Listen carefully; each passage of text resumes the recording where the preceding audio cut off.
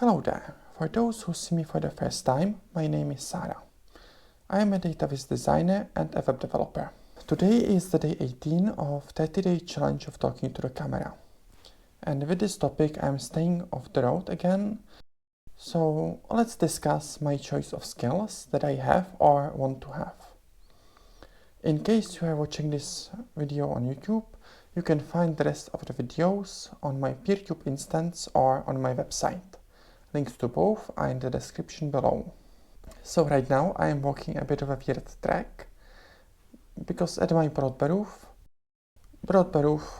just a side note, is a term that was coined by Franz Kafka's father, and it means an occupation that pays the bills and leaves one person with enough time to occupy themselves with their hobbies like writing, making videos, and so on. So as I said, at my broodberuf, I'm dealing with components, which is a specialized front-end position compared to, let's say, a React developer or an Angular developer. The tech stack at the moment is a bit of a goulash of technologies. The main technology is a library called Lit. This library makes writing web components a little bit easier. As the secondary technology, we have Angular. That's because we are writing some Angular wrappers, just because Angular on its own doesn't like to play nice with components and things outside of Angular that often. And on occasion I have to also write some React because Storybook is not perfect and sometimes there needs to be some hacking to accomplish what's the issue. So far I've made just one thing in React and that's enough for me right now. Then there is a track to which I'd like to switch to in the future, and that's data visualizations. For that, my main skills are around D3.js and SQL, Pandas and NumPy. As I'm focusing on D3.js instead of Tableau, there are overlaps with my broodberuf, and that's the main reason why I keep making posts and videos about web. And then there is in my main skills also Rust and Actix, which is at the moment my tool of choice when it comes to writing backends and side projects.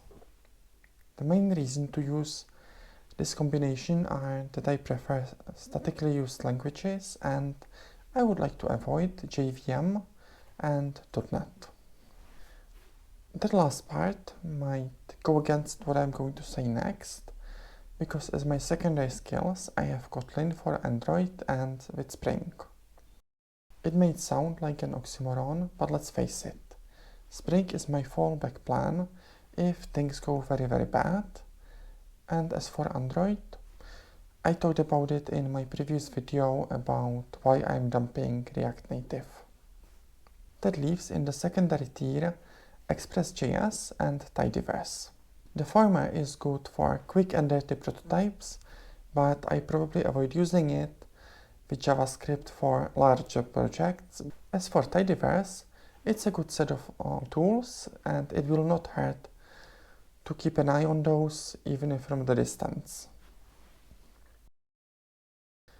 In the next layer, tools to explore, I have a couple of languages and tools that I want to look at, and the strangest of those is Qiskit.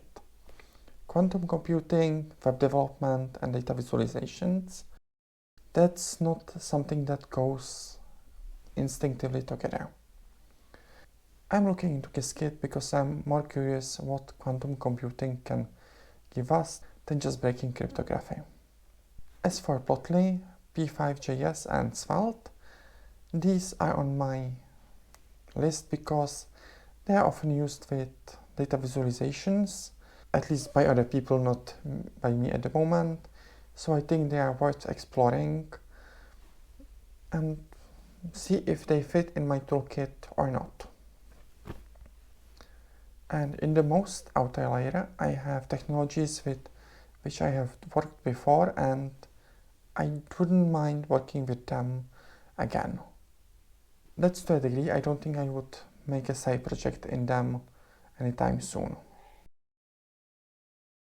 That includes PHP and Java with Spring, but that's not limited to it.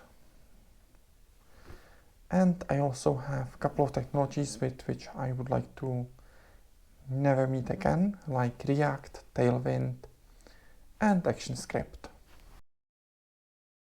That's all for today. Thank you for watching, and I will see you in the next one. Bye.